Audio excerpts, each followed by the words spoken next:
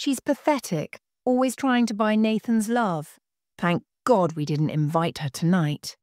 The words, my daughter-in-law's voice sliced through me before I was fully through the door.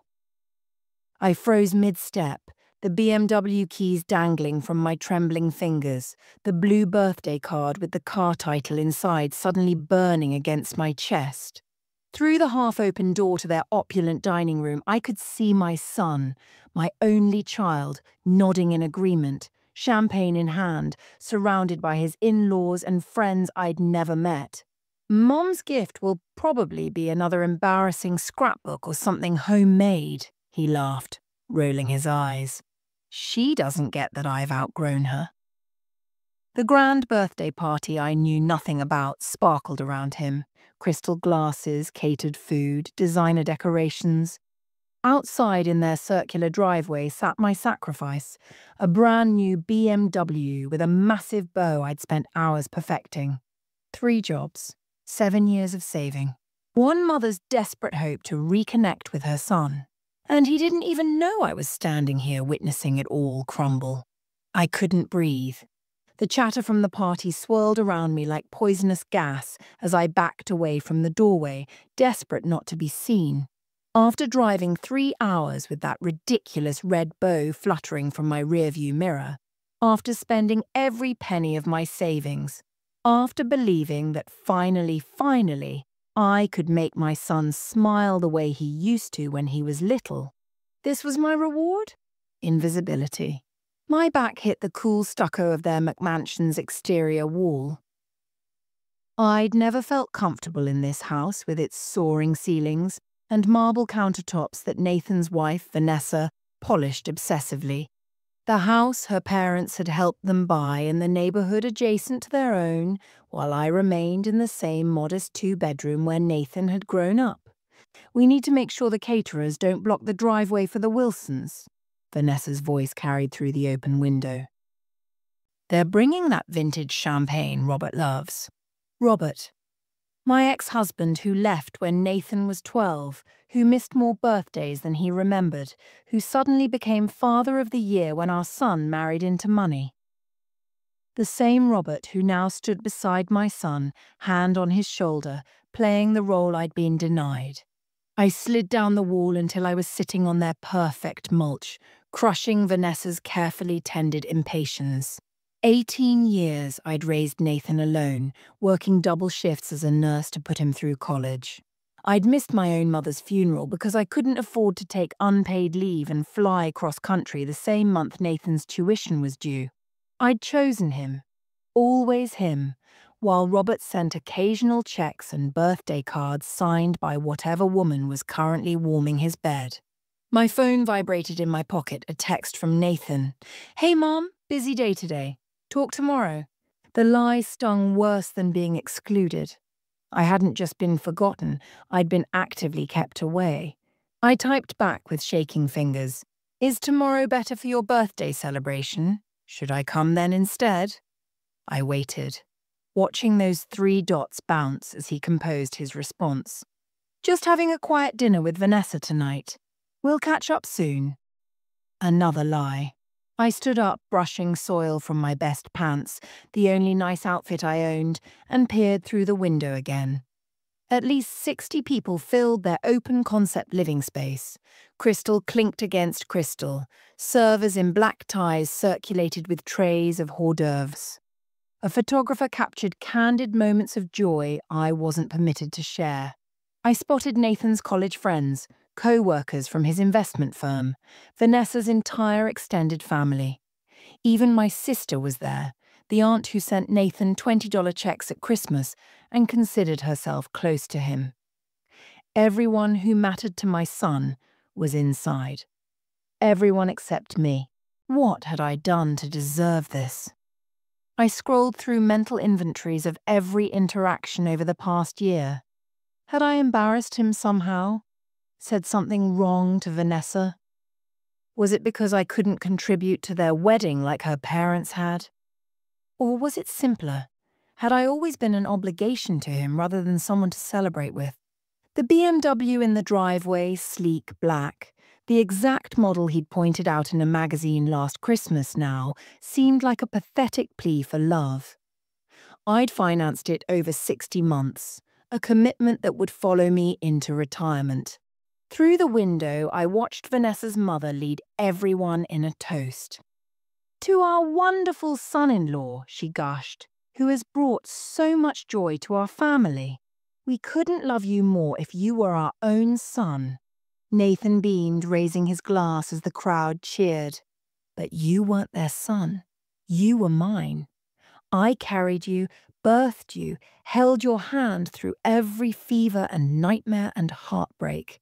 I don't know what possessed me in that moment. Rage, humiliation, or some primal need to be acknowledged. But I found myself walking back to the BMW, removing the enormous bow and driving it right up onto their perfect lawn, headlights blazing through the picture window, horn blaring in 3 long, unmistakable bursts. The party froze. 60 faces turned toward the commotion, mouths open in shock. And there, front and center, stood my son, champagne flute still raised, eyes wide with horror as he recognized my car. "No hiding now, Nathan. No more convenient lies. Mother has arrived with her gift, and everyone's invited to watch you receive it." The sprinkler system hissed in protest as my tires crushed expensive landscaping. Inside, the party had frozen in tableau champagne flutes, mid-toast, forks suspended between plates and mouths, all eyes fixed on the headlights, flooding their perfect gathering with harsh white light.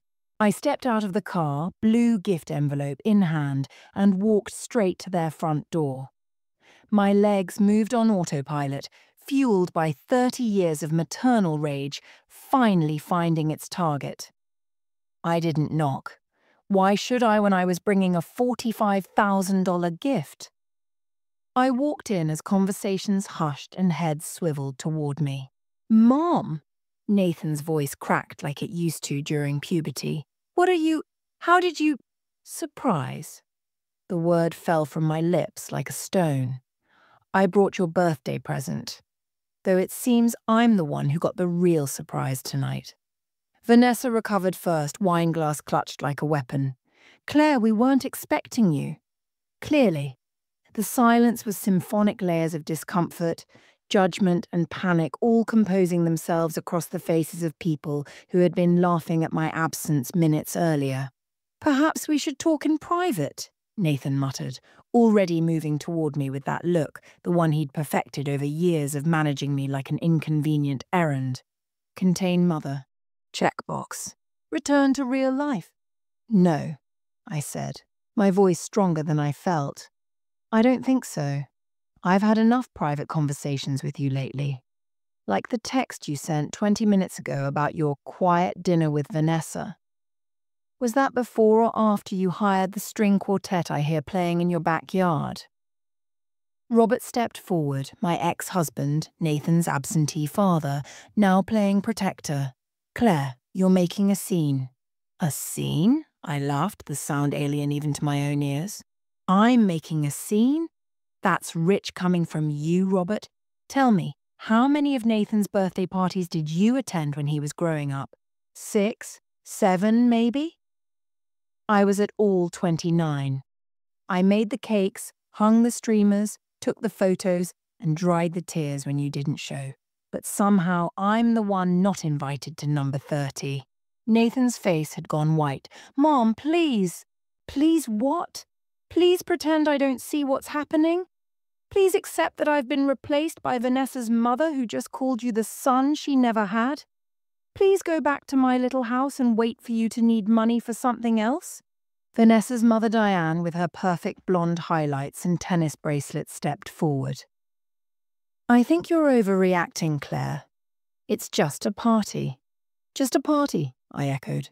"Just a party that everyone was invited to except me, my siblings, my neighbors, people I introduced Nathan to." I looked around the room, making eye contact with faces I recognized. "Hello, Susan. Remember when you broke your leg and I watched your kids for 6 weeks while you recovered?" Good to see you here at my son's party that I wasn't invited to. Susan at least had the decency to look down at her shoes. I turned back to Nathan. Do you know what I did to afford that BMW sitting on your lawn?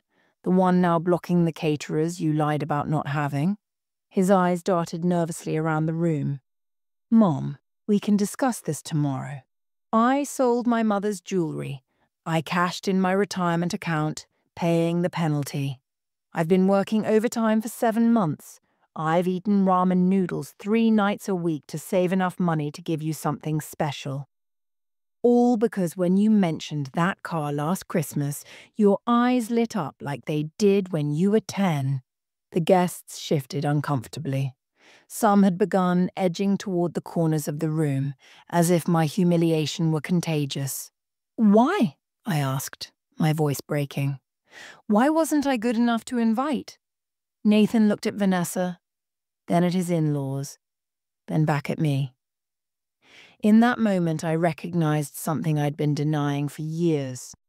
My son was ashamed of me. You always make things awkward, he finally said. You talk about working double shifts and sacrifices. You wear the same dress to every function. You bring up embarrassing stories. Vanessa's friends' parents are all professionals, Mum. They summer in the Hamptons.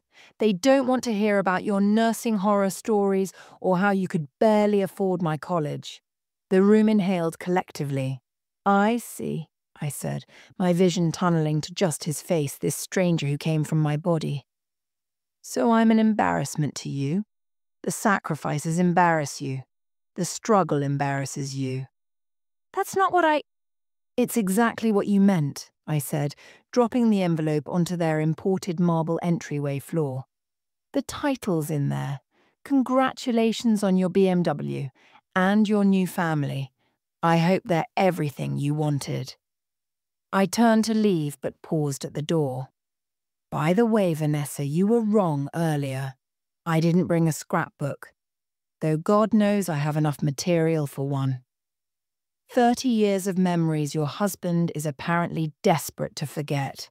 I made it halfway to my car before the tears came. Not delicate cinematic tears that trail gracefully down cheeks, but ugly guttural sobs that bent me double on their perfect lawn. 30 years of maternal devotion reduced to an embarrassment, a liability to be hidden away from the people who mattered. Claire, wait! I didn't turn. I knew that voice, Susan, my former neighbour, friend of 15 years.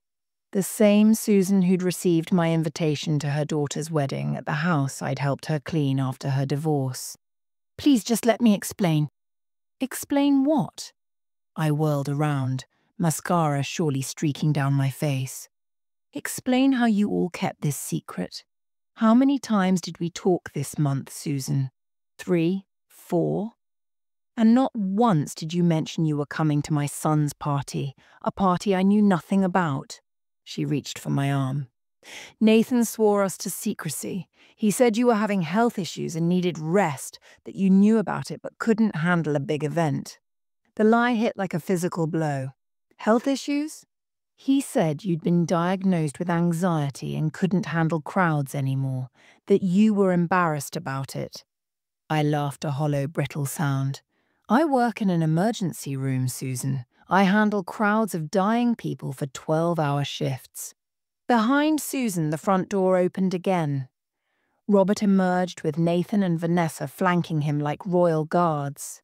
The perfect little family unit I'd never been part of. Mom, you need to leave.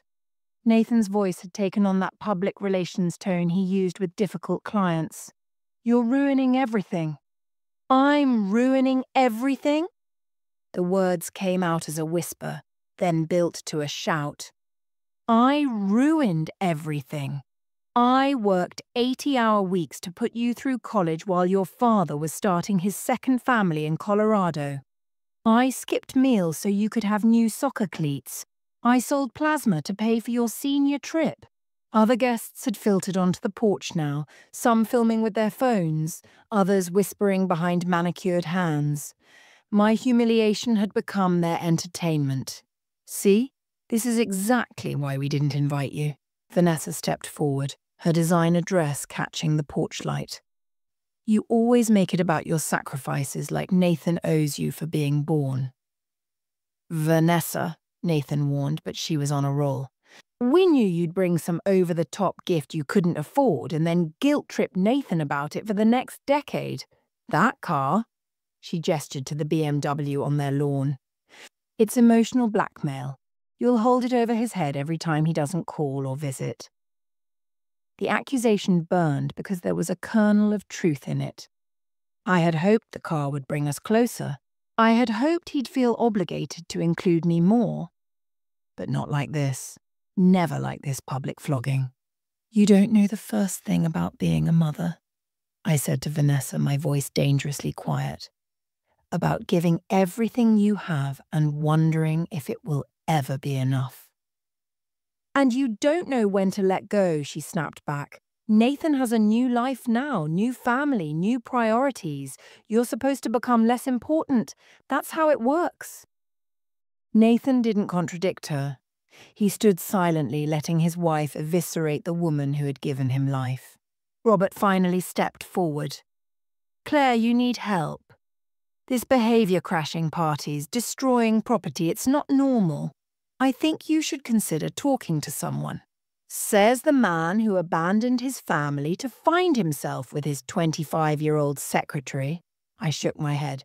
Don't you dare psychoanalyze me, Robert. A silver-haired man I didn't recognize, presumably Vanessa's father, stepped forward. I'm calling the police if you don't leave immediately. This is trespassing.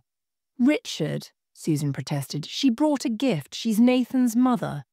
She drove a car onto my daughter's lawn and is causing a disturbance. That's trespassing in my book. I looked at Nathan, waiting for him to defend me, to say anything that acknowledged our bond. Instead, he looked away and said, Maybe you should go, Mom. We can talk tomorrow when you're calmer. In that moment, something crystallized inside me, hard and clear as diamond. This wasn't a misunderstanding. This wasn't a phase. This was who my son had become. A man who could watch his mother be threatened with arrest at his birthday party and do nothing. Keep the car, I said, pulling my old keyring from my pocket. I'll call an Uber. Mum, no. I cut him off. For 30 years I've been there whenever you called. Tonight I'm finally hearing you, Nathan. You don't want me in your life. Message received. As I walked away down their perfect suburban street, I heard the party resuming behind me. Nervous laughter, glasses clinking, music swelling. And then Vanessa's voice, carrying on the evening air. Well, that was Nathan's mother, everyone. Now you see what we deal with. The Uber driver kept glancing at me in his rearview mirror. I must have been a sight mascara-streaked face, dishevelled clothes, staring blankly out the window as we drove through neighbourhoods that grew progressively less manicured the further we got from Nathan's world. Bad night, he finally asked. I laughed, a hollow sound. I just gave my son a BMW for his birthday and got threatened with arrest for trespassing. He whistled low. Sounds complicated. 30 years of motherhood condensed into one catastrophic evening. We rode in silence until he pulled up to my modest ranch home, the house where I'd raised Nathan alone, now feeling emptier than ever. I overtipped the driver, a habit from my waitressing days, and walked up the cracked concrete path to my front door. Inside, evidence of my excited preparation for Nathan's surprise was everywhere. The cake I'd baked that morning sat on the counter, Happy 30th birthday, son, written in my imperfect frosting. Wrapped presents, smaller ones I'd planned to give him along with the car, were stacked on the coffee table. Photos of Nathan through the years were arranged on the mantel, a timeline of my devotion. I sat heavily on the sofa, surrounded by the artifacts of maternal love, and reached for my phone out of habit. No messages, no missed calls, not even from Susan or any other supposed friends who had witnessed my humiliation. Instead, a Facebook notification caught my eye. Vanessa Hamilton Porter has posted a live video. My fingers moved before my brain could protest. There she was, my daughter-in-law, slightly flushed from champagne, speaking directly to her camera. Sorry for the brief interruption, everyone. Birthday celebrations are back on track. Some families just have more drama than others, right? She turned the camera to show the party continuing. Guests now even more animated, perhaps energized by the spectacle they'd witnessed. The comments scrolled rapidly. OMG, what happened? Was that his actual mom? So awkward, sending love. Vanessa's reply appeared. Some people just can't accept when their children grow up. Thankfully, we have real family here who know how to celebrate properly. And then I saw a comment from my son. Thanks for handling that situation so gracefully, babe. Best wife ever. The phone slipped from my fingers. My own child was publicly celebrating my excision from his life. I stumbled to the bathroom, barely making it before vomiting violently into the toilet. Wave after wave of nausea overtook me as 30 years of maternal devotion circled the drain. When there was nothing left inside me, I slid to the bathroom floor, pressing my cheek against the cool tile. A text alert sounded. With shaking hands, I picked up my phone. It was from Robert. Claire, that display was unforgivable. I've spoken with Nathan, and we agree you need professional help. I'm willing to help pay for therapy. My ex-husband, the man who'd abandoned us, who'd missed child support payments, who'd forgotten birthdays and graduations, was now positioned as my son's protector against me. Something snapped. I hauled myself up and looked in the mirror. A defeated woman stared, back hair greying at the temples, lines etched around eyes that had cried too much, shoulders permanently curved from carrying others' burdens. No more, I whispered to my reflection. I opened my laptop and navigated to my bank account. The balance was pitiful after the BMW down payment, but there was enough. Enough to start over.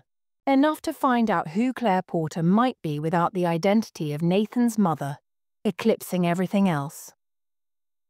A new notification from Facebook. Vanessa was now posting photos.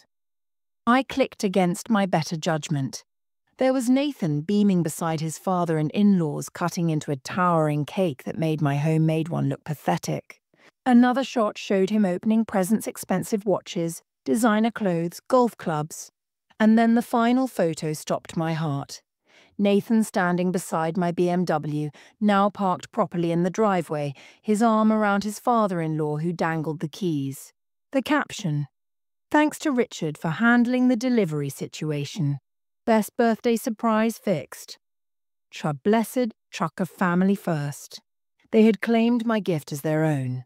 3 decades of love reduced to a delivery situation. I reached for my phone and did something I'd never done before. I blocked my son's number, then Robert's, then Vanessa's. With each block, I felt a strange lightening, as if I were removing stones from a backpack I'd carried too long. Then I opened a new browser tab and typed, How to sell a house quickly. Beside it, I opened another. Best places to start over after 50. By dawn, I had a plan. 3 weeks passed in a whirlwind of purposeful destruction. I sold my house to a cash buyer for less than market value, but more than enough to fuel my escape. I donated Nathan's childhood possessions to charity, the baseball trophies I'd dutifully polished for years, the science fair ribbons I'd framed, the high school yearbooks where I'd been both mom and dad, showing up for every event with my camera ready. Each item that left my possession felt like shedding skin, painful but necessary for growth. My phone became a battlefield. After realizing I'd blocked them, Nathan and Vanessa recruited Flying Monkey's mutual friends, relatives, even my co-workers, all carrying the same message. I was unwell, overreacting, needed to apologize. Susan called 17 times, leaving voicemails that evolved from concerned to indignant as I maintained my silence. Claire, you can't just disappear. Nathan is worried sick. Was he? Or was he worried about the optics of his mother's public exodus? I didn't care enough to find out. On my last day at the hospital, my supervisor cornered me in the break room. Nathan called. He's concerned about your mental state. She lowered her voice conspiratorially. We have excellent resources for staff, you know. Depression, anxiety, even inpatient care if needed. I met her gaze steadily. I've worked alongside you for 12 years, Ellen. Have you ever known me to be unstable? Well, no, but my son, who you've met twice at hospital fundraisers, has convinced you I'm having a breakdown. She shifted uncomfortably. He said you crashed his birthday party, made a scene, and have been unresponsive since. That doesn't sound like you. Did he mention that I wasn't invited to this milestone birthday? That his wife and in-laws have systematically pushed me out of his life? That they claimed my gift, which cost most of my savings, as their own? Ellen's eyes widened. No, he didn't mention those details. Convenient omissions. I removed my ID badge and placed it on the table. My resignation stands. My patients have been transferred. But thank you for confirming what I already knew. I need to get as far away from this toxic situation as possible. As I walked out, nurses who'd stood beside me through countless emergencies watched in silence, already believing the narrative my son had crafted. Poor Nathan dealing with his unstable mother. The final betrayal came the day before my departure. A certified letter from an attorney Nathan was seeking a restraining order, claiming I had become erratic and potentially dangerous, following a history of emotional manipulation. The letter detailed incidents that were twisted beyond recognition. My surprise appearance at his birthday was characterized as aggressive trespassing. The BMW was described as an unwanted gift designed to create indebtedness. My subsequent blocking of communication was labeled concerning and volatile behavior. I laughed until I cried, then cried until I couldn't breathe. Then I called my own attorney. They don't have a case, she assured me after reviewing the letter. But they're sending a message. They want you to come crawling back, apologizing, accepting their version of reality. And if I don't? They'll likely drop it once you're gone. This is intimidation, not actual legal action. I nodded, understanding the game now. I want to send a message back. The next morning, local news stations received an anonymous package. Full documentation of the BMW purchase in my name. Transferred to Nathan. Screenshots of Vanessa's social media posts claiming her family had provided the car. Copies of Nathan's text messages lying about the party. Bank statements showing the financial sacrifice the gift had required. And a simple letter explaining the situation without embellishment or emotional appeal. I didn't stick around to see the fallout. As the story broke, local nurse's gift to son claimed by wealthy in-laws. I was already on a plane to Portugal, where I'd leased a small apartment in a coastal town for 6 months. My new beginning. In the airport bathroom before boarding, I'd looked at myself in the mirror and done something impulsive. Cut off 12 inches of my hair I'd kept long because Nathan once said he liked it that way. The woman who emerged looked lighter, sharper, unrecognizable as the doormat mother who had given until there was nothing left. My phone pinged one last time before airplane mode. Nathan, Mom, what have you done? The news is calling us. Vanessa's parents are furious. We need to talk right now. I read it, feeling nothing but a calm certainty as I typed my final reply. Nathan, I didn't raise you to take credit for other people's sacrifices or to lie about your own mother. I didn't raise you to value appearances over authenticity. I didn't raise you to be cruel. But apparently, I didn't raise you at all. Goodbye. Then I deleted the message thread, turned off my phone and boarded the plane. 6 months in Portugal turned into a year. Then 2. My small coastal apartment became home, a sanctuary of peace I'd never known during my decades of maternal servitude. The locals in this fishing village called me Clara, a Portuguese variation of my name that felt fitting for this reborn version of myself. I woke each morning to the sound of waves instead of anxiety, drank coffee on my balcony watching fishermen bring in their morning catch, and slowly reconstructed my identity. Who was Claire Porter without the crushing weight of being Nathan's mother? I was discovering her piece by piece, a woman who painted watercolors of the coastline, who joined a local choir despite her mediocre voice, who made friends with expatriates and locals alike without constantly measuring their worth against what they could do for my child. News from home reached me in fragments. My attorney forwarded necessary documents. Old colleagues occasionally emailed. The restraining order was dismissed as groundless. Nathan and Vanessa's perfect image had suffered once the story broke, apparently. Taking credit for your estranged mother's financial sacrifice doesn't play well on social media. Vanessa's influencer aspirations withered under public scrutiny. Her parents' country club friends whispered about their daughter's marriage to a man who would treat his mother so callously. I felt no satisfaction in their discomfort. That surprised me most, the absence of vindication. Instead, I felt only relief at my escape and a growing certainty that what I'd interpreted as love for 30 years had actually been a hollow obligation masquerading as family. On my 60th birthday, my first celebrated entirely for myself, I received an email from Susan. "Claire, it's been 2 years. Nathan and Vanessa are expecting a baby. Don't you think it's time to reconcile? You're going to be a grandmother." I sat on my balcony watching the sunset paint the Atlantic in shades of amber and rose and composed my reply carefully. "Susan, I'm happy to hear Nathan is becoming a father. Parenthood taught me my most valuable lessons, both through what I gave and what I lost. But reconciliation requires mutual acknowledgement of harm and genuine remorse, neither of which has been offered. Nathan has my email address. He has never used it. My door remains neither closed nor open, but simply waiting for honest communication rather than manipulation.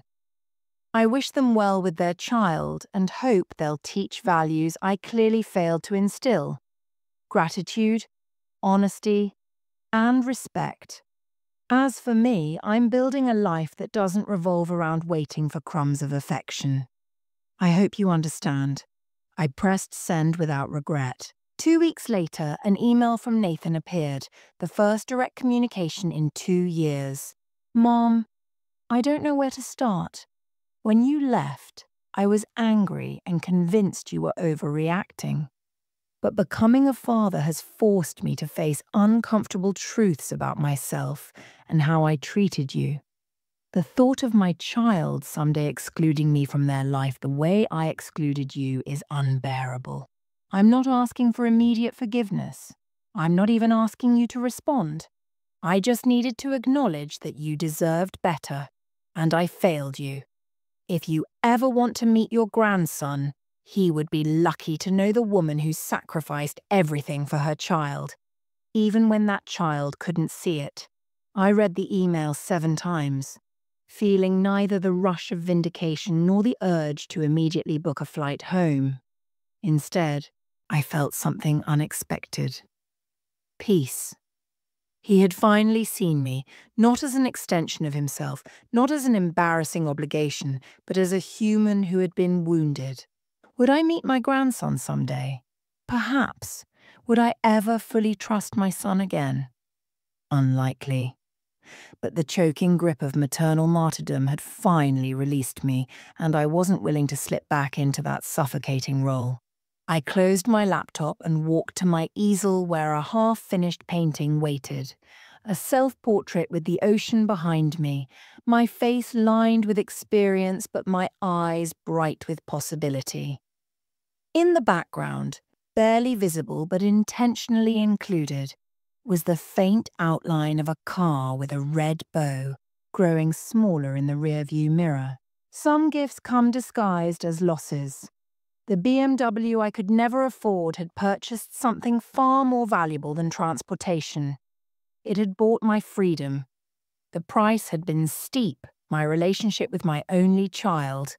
But as I added brushstrokes to my emerging self-portrait, I recognized the worth of what I'd gained. I was no longer just someone's mother.